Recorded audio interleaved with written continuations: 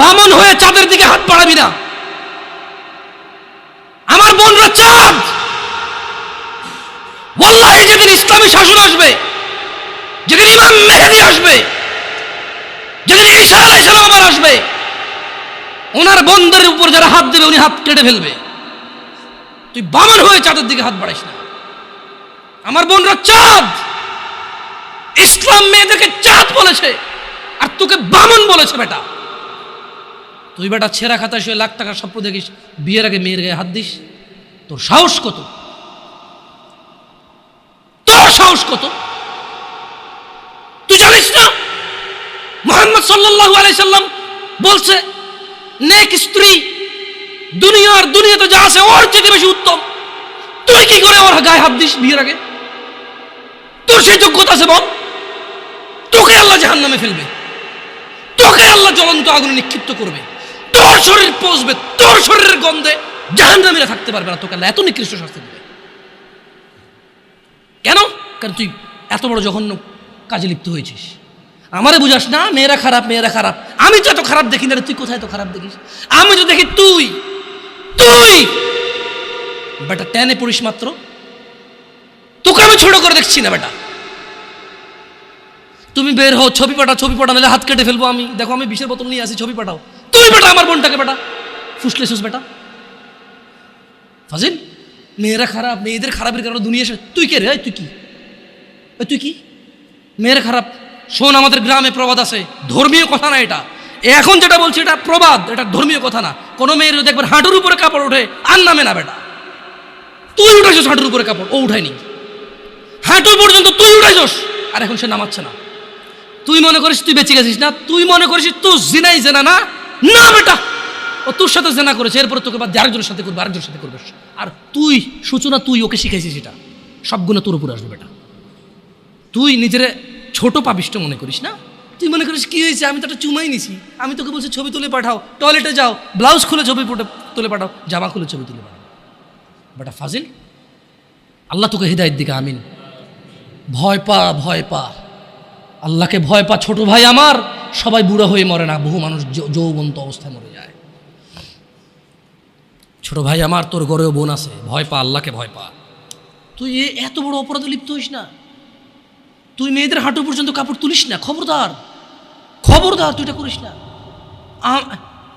তো মানুষ তো বেশি নাই, তারপর আলহামদুলিল্লাহ সবাইকে কবুল করুন। যেহেতু ঘরোয়া পরিবেশে বলেন তো, কোনো মেয়ে, আপনার বয়স তখন 16 বছর ছিল আর কি, আচ্ছা যান, কোনো একটা 14 থেকে 18 বছরের মেয়ে আপনাকে বলছে চলো আমরা একসাথে থাকি, বলেন 1 লাখ একটা পাবি না, 1 লাখ। আমি বলে দিচ্ছি, চ্যালেঞ্জ হলে আসিও, তুমি প্রমাণ করে দিও, যাও। মেয়ে কি বলো, মেয়েরা প্রেম হারাম ইসলামে বিয়ের পূর্বে সম্পর্কই হারাম। কিন্তু এর মধ্যেও কোনো মেয়ে ছেলেকে বলে না কিস করো, আমাকে একটা তোমার লুঙ্গি খুলে ছবি পাঠাও, বলে না। প্রত্যেকটা ছেলে বলে, এভরি সিঙ্গেল ছেলে বলে এটা।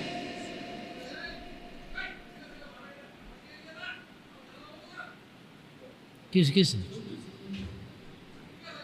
ও আচ্ছা, ঠিক আছে, বন্ধ কর জানালা না, মানুষকে কষ্ট দিন না, জানালা বন্ধ করে দেন। আপনার সাউন্ডটা আরও একটু করিয়েন, কেমন? মানুষজন যাতে কষ্ট না পায়, কেমন? কারণ সবাই বাধ্য না তো। না ঠিক আছে, না জানালাগুলো বন্ধ করে দেন, মানুষ যাতে কষ্ট না পায়, কারণ সবাই তো বাধ্য না।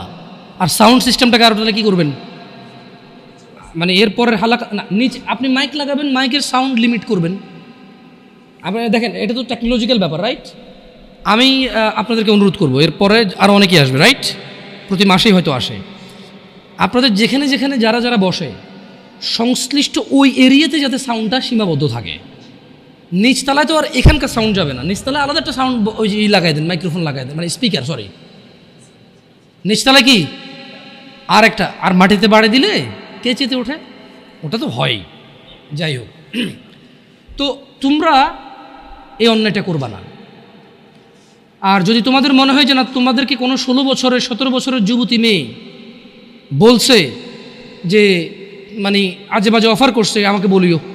আমার ফেসবুক আইডি তো জানাই আছে না, আমাকে বলে ভাই ভাই ভাই এক আজব ঘটনা ঘটে গেছে ভাই, 16 বছরের মেয়ে আমাকে বলতেছে আজে বাজে কথা। না, কাঁটা দিয়ে কাঁটা তোলা লাগে সবাই বলে, কিন্তু কাঁটা দিয়ে কাঁটা তোলা যায় না। ঘিও সোজা আঙুলেই নিতে হয়, না উঠলে বাঁকা করা যায় না। বাঁকা করলে উঠবে, কিন্তু অন্যায় করতে হবে। মানে সোজা আঙুলে ঘি ওঠে না, বাঁকা করতে হয়। যারা বলে তারা কিন্তু বাঁকা মানে আঙুলটাকে বাঁকা করবে বলে না, পদ্ধতি চেঞ্জ করবে বলে। তো আমার মনে হয় কিছু জিনিস পরিবর্তন হওয়া উচিত। অ্যাজ এ উদাহরণ উদ্ধৃতি হিসেবে ভালো ফ্রেশ জিনিস আসা উচিত, যেটা যেমন ওই কথা বলছিলাম শবে বরাত নিয়ে এক জায়গায়। আমি বললাম যে শবে বরাতের তো আরবি ট্রান্সলেশন লাইলাতুল কদর হয়, এটা তো রমজান মাসে হয়, রমজানের আগে হয় না। একটা পর্যায়ে এগ্রি করার পরে বললাম যে ঠিক আছে, তাহলে করাই ভুল না হলেও বলাই হলেও ভুল আছে। তার মানে কিছু উদাহরণ উদ্ধৃতি দেখা যাচ্ছে যে আপনি মিনিং ভুল নাই, কিন্তু বলাই হলেও ভুল আছে, অথবা ভুল বের করা যেতে পারে, অথবা যে উদ্দেশ্যে বলা হয় উদ্দেশ্যগুলো ভালো না। তো যারা বলে সোজা আঙুলে ঘি না উঠলে আঙুল বাঁকা করতে হয়, ওরা কিন্তু আপনাকে বলে না যে আঙুলটা বাঁকা করেন। ওরা বলছে সোজা আঙ্গুলে না উঠলে, তার মানে সোজা আঙ্গুলে উঠে। আপনাকে কিন্তু ওরা এটা বলতেছে না যে আঙ্গুল সোজা রেখেই উঠাইতে হবে, বলে বাঁকা করতে, তার মানে পদ্ধতি চেঞ্জ করতে, তার মানে হারাম পথ অবলম্বন করতে। প্রয়োজনে কঠোর হবেন কারো প্রতি, প্রয়োজনে নিজে ভুল সিদ্ধান্ত নেবেন, ওরে দেখেই ছাড়বেন, খাইছি তোরে, এই টাইপের। আবার কাঁটা দিয়ে কাঁটা তোলা আসলে যায় না, কাঁটা দিয়ে কাঁটা তোলা যায় না। এটা মানে কি একজন লোক খারাপ, আপনি তারে পারতেছেন না, এবার আর খারাপের হায়ার করছেন যে ঠিক আছে তুই তারে বুঝা, আমি তো পারতেছি না, এবার ওই বুঝাই দেবো, ঠান্ডা করে দিব। তো এটা কেন বলছি এই উদাহরণ, এটা রিলেভেন্ট মানে আমাকে নিয়ে আসছে আধুনিক সমাজে যুব সমস্যার সমাধান নিয়ে কথা বলতে। আমি নিজে যেমন ইয়াং, মানে কাঁটা দিয়ে কাঁটা তোলার মতো অবস্থা হয়ে গেছে, কি সম্ভব নাকি? মানে এরকম তো ওহি আসে নাই আমার জন্য যে এরপর আর আমার ভুল হচ্ছে না। আল্লাহ আশ্রয় দিক ভুল থেকে, চেষ্টা করবো সবাই আমরা ইনশাআল্লাহ। তো যখন আসলে যুবকদেরকে নিয়ে কথা বলতে চাই বলি, কারণ আমি ইয়াং, আমি আমার ভাই ব্রাদার নিয়ে কথা বলবো, খুব স্বাভাবিক। আমি আমার ভাই এবং বোনদের বুঝি, হয়তো অতটা না, অল্প কিছু কিছু, সব না। তো এটা অনেকেই বোঝে, হয়তো আমাকে আল্লাহ বলার তৌফিক দিছে, আপনাকে আল্লাহ বলার শোনার তৌফিক দিছে, এটা আমাদের মধ্যে ম্যাচ করছে। নাহলে জানে না এরকম মানুষ কিন্তু কম, সমাজে জানে না এমন মানুষ কম, আর মানে এমন মানুষও কম। একটা জায়গায় সিমিলারিটি আছে, জানে না এমন মানুষও কম, আবার মানে এমন মানুষও কম। তার মানে অধিকাংশ মানুষ জানলেও মানে না। আমি মানে বর্তমান যুবকদের যে প্রবলেমগুলো, এগুলো শুধু যুবকদের ইস্যু না, এগুলো এখন বড়দের ইস্যু। আপনি জানা বলেন, নেশা বলেন, এক লোক 20 বছর বয়সে সিগারেট খায়, সে 50 বছরও খায়। তো এটা আসলে কি যুবকের সমস্যা বলবেন না বৃদ্ধের সমস্যা বলবেন? It's a human problem actually. এটা মানুষের সমস্যা। ওর লোক, ওর চরিত্রেরই প্রবলেম। ওর এবারে জোয়ান চরিত্র আর বুড়া চরিত্র বলে কোনো কথা নেই জায়গায়। আর এক লোক গাঁজা খায়, মদ খায়, জানা করে, ও বিয়ের আগেও করছে, বিয়ের পরেও করে। তো এটা কি জোয়ান সমস্যা বলবো আমি, যেটা জোয়ানদের সমস্যা, এটা যুবকদের সমস্যা না? তাহলে ভাবিরা যে অপকর্মে লিপ্ত হয়, ভাবি কখন হয়? যখন কারো বিয়ে হয় তখন সে ভাবি হয়। বিয়ের আগে কেউ ভাবি হয় নাকি? বিয়ের আগে তো কেউ ভাবি হয় না, বিয়ের আগে কাউকে কেউ দুলাভাইও বলে না। তো দুলাভাইরা যে এত প্রবলেম করতেছে শালিকাদের সাথে বা অন্য অন্য কলিগসদের সাথে, এটা তো মানে দুলাভাই কি, তার মানে কি মানুষের বয়স যখন 50 হয়ে যায় তখন কি তাকে আর দুলাভাই ডাকে না মানুষ? অন্য কিছু ডাকে না। আপনি যদি, হ্যাঁ, ইয়াংদের মধ্যে ওরা গোপন করতে পারে না। প্রবলেমটা কোথায়? প্রবলেম হচ্ছে 30 বছরের এক লোক মহিলার সাথে শুয়ে সমস্ত সম্পদ ব্যয় করে দিতে রাজি, যাতে কেউ না জানে। আর 17 বছরের ছেলে মেয়ের হাত ধরে এসে বন্ধু বান্ধবকে ফেসবুকে স্ট্যাটাস দিবে আজকে ওর সাথে হোটেলে ছিলাম।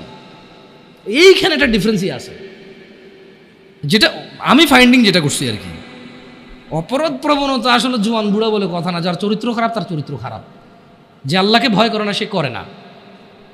প্রবলেম হচ্ছে 35 বছরের ছেলে তার কলিগের সাথে অবৈধ সম্পর্ক, মহিলার সাথে অবৈধ সম্পর্ক লিপ্ত হয়, এবং সে প্রয়োজনে এখানে চাকরি ছেড়ে দেবে, জমি বিক্রি করে ফেলবে, এটা যাতে কেউ না জানে। তাহলে কেন তার সংসার ভাঙবে? আর 15 বছর একটা ছেলে যাতে তার প্রেমিকের অন্য কোথাও বিয়ে না হয়, সে মিশা মিশা বলে ওই তো আমার সাথে ছিল ভাই 7 বছর থেকে সম্পর্ক, আপনি কি কোন বিয়ে করবেন ওরে, ওর পর থেকে সরে দাঁড়া, ও আমার প্রেমিকা। সো একজন জিনা করে ক্লেম করে, যতটুক করে এর থেকে বাড়াই বলে, কেন? যাতে ওর সিকিউরিটি হয়, এ মেয়ের যাতে অন্য কেউ বিয়ে না করে, ওই বিয়ে করে। আরেকজন জেনা করে প্রয়োজনের সম্পদ এখানে কোরবান করে দেবে, কেন? কারণ যদি কেউ শুনে তাহলে ওর সংসার ভেঙে যাবে, মানে বিয়ে যেটা সেটা ভেঙে যাবে।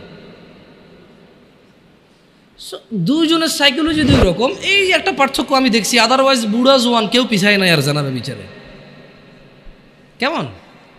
আবার যুবকরাও তো গোপন করতে পারে না, ও একটা হোটেলে যাবে, একটা পার্কে যাবে, সবার দিকে তাকায় থাকবে। এখন আমি যদি এই যে দাড়ি টুপি রেখে পাঞ্জাবি পরে যদি পাশে একটা বোরখা পরা মহিলা আমার পাশে হাঁটে, আমি যদি 10 ঘন্টা না 20 ঘন্টাও হাঁটি, পৃথিবীর একবারে অচেনা জায়গায় হাঁটি, পাবলিক ধরেই নিবে যারা বউ জামাই। এখন প্রবলেম হচ্ছে 16-17 বছরের যুবক, গায়ে স্কুল মাদ্রাসার ইউনিফর্ম, মহিলা আবার বোরখানা যদি বস্তা গায়ে দিয়েও থাকে, লাভ নাই। পাবলিক কবো যে এরা কারারে, কেন হাঁটতেছে এই জায়গায়। এই কিছু প্রবলেম ফাইন্ডিংস হয় ইজিলি, কেমন? আদারওয়াইজ সব মানুষই এখন বেখেয়ালি। আফসোস লাগে কোন যুবকের জন্য, যে যুবক তার যৌবন আল্লাহ দিছে, তার মেধা আল্লাহ দিছে, যে যুবতী তার যৌবন আল্লাহ দিছে, মেধা আল্লাহ দিছে, কি একটা তর তাজা বয়স, কি একটা টাটকা ব্রেইন, সুবহানাল্লাহ, একদম ফ্রেশ ক্লিন, এত পাপে জর্জরিত না, পাপ করে জং ধরে যায় না, এমন একটা হৃদয় আছে ওর, আল্লাহ ওকে দিছে এটা, সুবহানাল্লাহ। ওই হৃদয়টা দিয়েও সে অনুভব করে না আল্লাহকে এবং দ্বীনকে। সে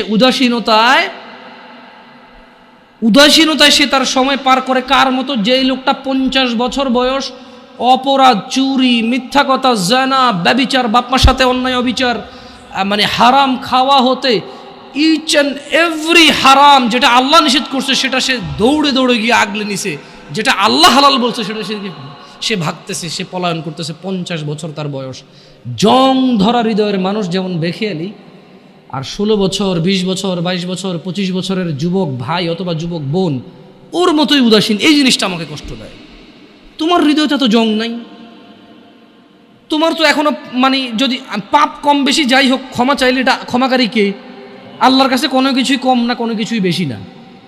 আল্লাহ যে পিঁপড়া সৃষ্টি করছে এটা তুচ্ছ না, আবার পুরো পৃথিবীর আসমান জমিন ভর্তি যদি কেউ অপরাধ করে এটা আল্লাহর কাছে বেশি না। বুঝাতে পারছি? মানে আল্লাহর ব্যাপারটাই ডিফারেন্ট, সুবহানাল্লাহ।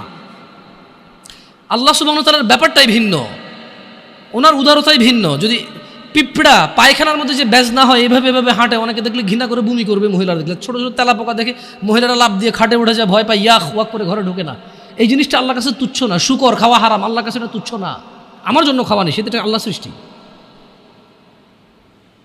কুকুর আমার জন্য খাওয়া নিষেধ, কিন্তু এটা তুচ্ছ না, এটা আল্লাহ সৃষ্টি, কেউ বানাতে পারবে না এরকম কিছু, রাইট? আবার আসমান থেকে জমিন পর্যন্ত অপরাধ আল্লাহর কাছে বেশি কিছু না। আল্লাহই ভিন্ন, সুবহানাল্লাহ। ওনাকে ওনার ইউনিকনেস, ওনার প্রত্যেকটা জিনিসে ওনার সমতুল্য সমকক্ষ কেউ নেই, কিচ্ছু নাই, উদাহরণ উদ্ধৃতি নেই ওনার ব্যাপারে আমরা কাউকে উদাহরণ দিব, উদ্ধৃতি দিব এরকম নেই। উনি একক অদ্বিতীয়, উনি সো ইউনিক, সুবহানাল্লাহ। উনি আলটিমেট ইউনিক, এরপর আর কিচ্ছু নাই। সো যুবকদের এই জিনিসটা খুব খারাপ লাগে, উদাসীনতার এই ব্যাপারটা। আল্লাহ সুবহানাহু ওয়া তাআলা কোরআনুল কারীমে বলছেন যে আফা হাসিবতুম আন্নামা খালাকনাকুম আবাসা, তোমরা কি মনে করেছো বা তোমরা কি মনে করেছিলে যে ওয়া আন্নাকুম ইলাইনা লা তুরজাউন, মানে তোমাদেরকে আল্লাহ অনর্থক সৃষ্টি করেছেন এবং তোমরা আল্লাহর কাছে ফিরে যাবে না, তোমাদেরকে আল্লাহ ফিরাই নেবে না, ওনার কাছে ফিরতে হবে না, তোমরা এটা ভাবছো? মানে 20 বছর বয়স, তোমার ঘুম আসলে ঘুম আসে, 2 দিন জেগে থাকতে চাইলে জেগে থাকতে পারো, হ্যাঁ, বল করতে পারো, ক্রিকেট খেলার সময় বল করতে পারো 60 কিলোমিটার বেগে, ফুটবলে কিক দিলে যে গোলকিপারে ধরে ওর হাত লাল হয়ে যায়, গরম হয়ে যায় তোমার কিকের পাওয়ারে, হ্যাঁ, তুমি এক দৌড় দিয়ে বুলেটের গতিতে যায় হুন্ডার কাছে রেস দিতে পারো, সাইকেলের আগে দৌড়াইতে পারো, হ্যাঁ, আস্তে করে লুকিয়ে থাকা জাম্প দিয়ে যায় বিড়াল ধরতে পারো, পাখি ধরতে পারো, হ্যাঁ, রাতের 2টা বাজে কাউরে ভয় পাও না, প্রেমিকার ঘরের সামনে যায় শার্ট খুলা তুই বাইরে বিড়ালে ব্লেড দিয়ে হাত কেটে এলাম, এগুলো বলতে পারো, চ্যালেঞ্জ দিতে পারো। তুমি একটা কিছু না, হ্যাঁ, তুমি একটা কিছু। মহিলা মেয়ে বয়স 15, 16, 18, 20, 22 বছর পর্যন্ত এত কিছু করে না। এই 14 থেকে 18 ভিতরে বাপকে বলতেছে যে তুমি লাগবে না, আমার ও আছে, ও হলেই চলবে। কত মানুষ গরিব আছে না, কি হয়েছে, নানা ধরনের উদাহরণ উদ্ধৃতি, মন যা চায় তা বলতে পারে। কেন এখনো জোয়ান যুবতী কোনো বিপদ চোখে দেখে নাই, যুবক যুবতী এখনো অভাব দরিদ্রতা চোখে দেখে নাই, বাপের ঘাড়ের উপরে খায়, যা খুশি তা করে, যেদিকে খুশি সেদিকে যায়, যা খুশি তা বলে। আল্লাহ বলছে যে আফা হাসিবতুম আন্নামা খালাকনাকুম আবাসা, তুমি যা খুশি তা করো, আমি তোমাকে তৌফিক দিছি, তাই বলে কি তুমি মনে করো আমি তোমাকে অনর্থক এমনি এমনি সৃষ্টি করছি? ওয়া আন্নাকুম ইলাইনা লা তুরজাউন, আর তোমাদেরকে কি আমি আল্লাহর কাছে ফিরে আনবো না আমি, এরকম ভাবো তোমরা? ইকতারাবা লিন্নাস হিসাবুহুম ওয়া হুম ফি গাফলাতিন মুরিদুন, মানুষের হিসেব নিকেশ মানে প্রবলেমটা কোথায়? প্রবলেম হচ্ছে আমাদের বিবেক বুদ্ধি কোন জায়গায় নামছে। আমরা অসুস্থ মানুষের ব্যাপারে বলি, দিব্যি বলি, না রে প্রচুর অসুস্থ বা ইদানিং আর সুস্থ হয় না, এই মনে মারা যাবে। মানে আমাদের কাছে মনে হয়েছে মানুষ অসুস্থ হইলে মরে, আমরা কনফার্ম হয়ে গেছি মানুষ বুড়ো হইলে মরে, আমরা কনফার্ম হয়েছি মানুষ অ্যাক্সিডেন্ট হইলে মরে, আমরা কনফার্ম হয়েছি মানুষ অসুস্থ হইলে মরে, আমরা কনফার্ম হয়েছি মানুষ ক্রিটিক্যাল সিচুয়েশনে মরে। এমনি এমনি যে মরে যেতে পারি এটা আমরা মানে ইমানে রাখি না। এটার মধ্যে আমাদের কাছে মনে হয় যে মৃত্যুর একটা সিস্টেম আছে, মানে এটা আমি হব, জোয়ান হব, বুড়া হব, চুল দাড়ি পাকবে, তারপরে মরবো। আমি যে এনি টাইম মরে যেতে পারি এটা আপনি দেখেন আমাদের মধ্যে যারা আমরা জোয়ান আছি, আমরা কিন্তু কেউ বলি না হায়রে ভাই যে কোনো সময় মারা যেতে পারি রে।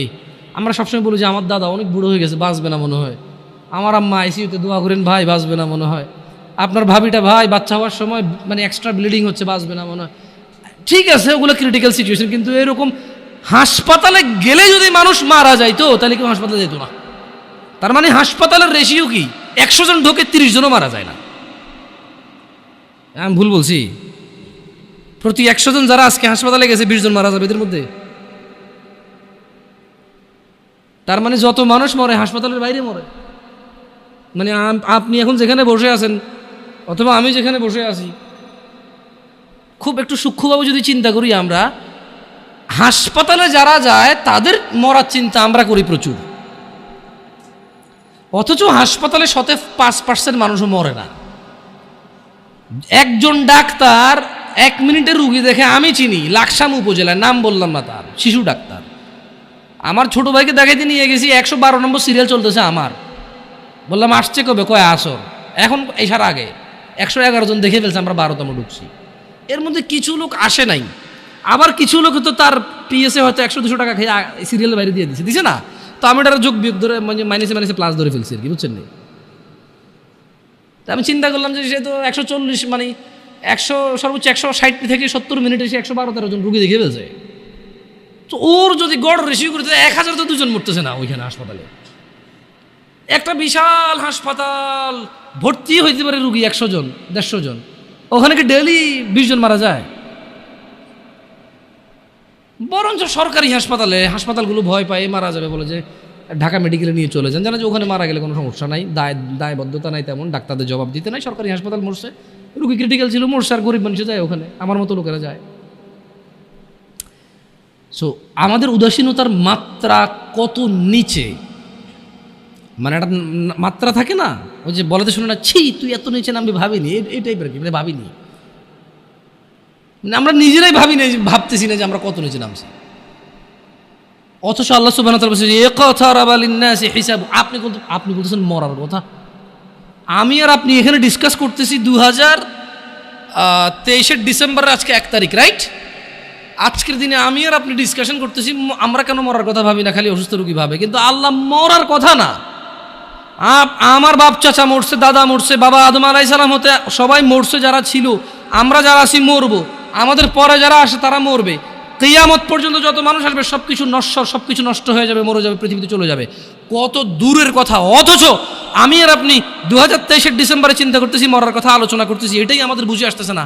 কোরআনুল কারীমে আল্লাহ তাআলা বলছে যে ইকতারাবা লিন-নাসি হিসাবুহুম ওয়া হুম ফি গাফলাতিন মুরিদুন, আরে মরা তো দূরের কথা, মানুষ যে মরে যাবে, হাজার হাজার লক্ষ লক্ষ বছর পার হবে, হাসর হবে, ওর বিচারের দিন হবে, এটাই নাকি নিকটে। বলছে যে মানুষের হিসেব নিকেশের সময় আসন্ন, এই চলে আসতেছে, অথচ তারা ওহুম ফি গাফলাতিন মুরিদুন, অথচ তারা উদাসীনতায় মুখ ফিরিয়ে রয়েছে। আপনি আর আমি বাঁচার স্বপ্ন দেখি, বুড়ো হয়ে মরবো এই প্ল্যান করি, আর আমরা মরে আমাদের পরের প্রজন্ম হাজার হাজার প্রজন্ম মরে যাবে, জন্ম হবে, বেঁচে থাকবে 60, 70, 100 বছর বাঁচবে, সব কিছুর পরেও এ সব কিছু মিলিয়ে আল্লাহ বলতেছে যে আর এদের হিসেবের সময় তো চলে আসছে, এই চলে আসতেছে, অথচ এরা এখন উদাসীনতা। আপনাদের মনে হয়েছে কি কিয়ামত ঈসা আলাইহিস সালাম আসবে, তারপরে মানুষ ওপেন কুকুর বিড়ালের মতো রাস্তাঘাটে জানা করবে, মানুষ পশুর মতো আচরণ করবে, মানুষের আল্লাহ নাম ডাকার মতো লোক থাকবে না, তারপরে কিয়ামত হবে? এটা তো ঠিক কথা, এটা তো সমষ্টিগত কিয়ামত, মানে এরপর আর কোনো কিছু অবশিষ্ট থাকবে না। এরপরে কি, যখন ওই কিয়ামত হবে তখন আর কোনো কিছু কি অবশিষ্ট থাকবে না। কিন্তু যে ব্যক্তি যেদিন মারা যায় তার কিয়ামত তখন শুরু হয়ে গেছে। কথা বুঝতে পারি নাই? যে লোক মারা গেছে ও কি ওই ধ্বংস দেখবে? ও তো ধ্বংস হয়ে গেছে, শেষ। যে যখন মারা যায় তার কিয়ামত তখন। আর যেটা আল্লাহ তাআলা যেটাকে বলছে ইযা যুলজিলাতিল আরদু জিলজালাহা, যখন পৃথিবী প্রবল কম্পনে প্রকম্পিত হবে, ওটা তো সবাই কম্পিত হবে। কেমন? আচ্ছা, তো যুবকদের বা যুবতীদের উদাসীনতার মাত্রা এত নিচে যে শুধু বড়রা মুরব্বীরাই মরবে, ওরা মরবে এটা মনে করে না। অনেক সময় বলে যে এখানে মা বাপের খুব বড় একটা বাজে ভূমিকা থাকে। কেমন?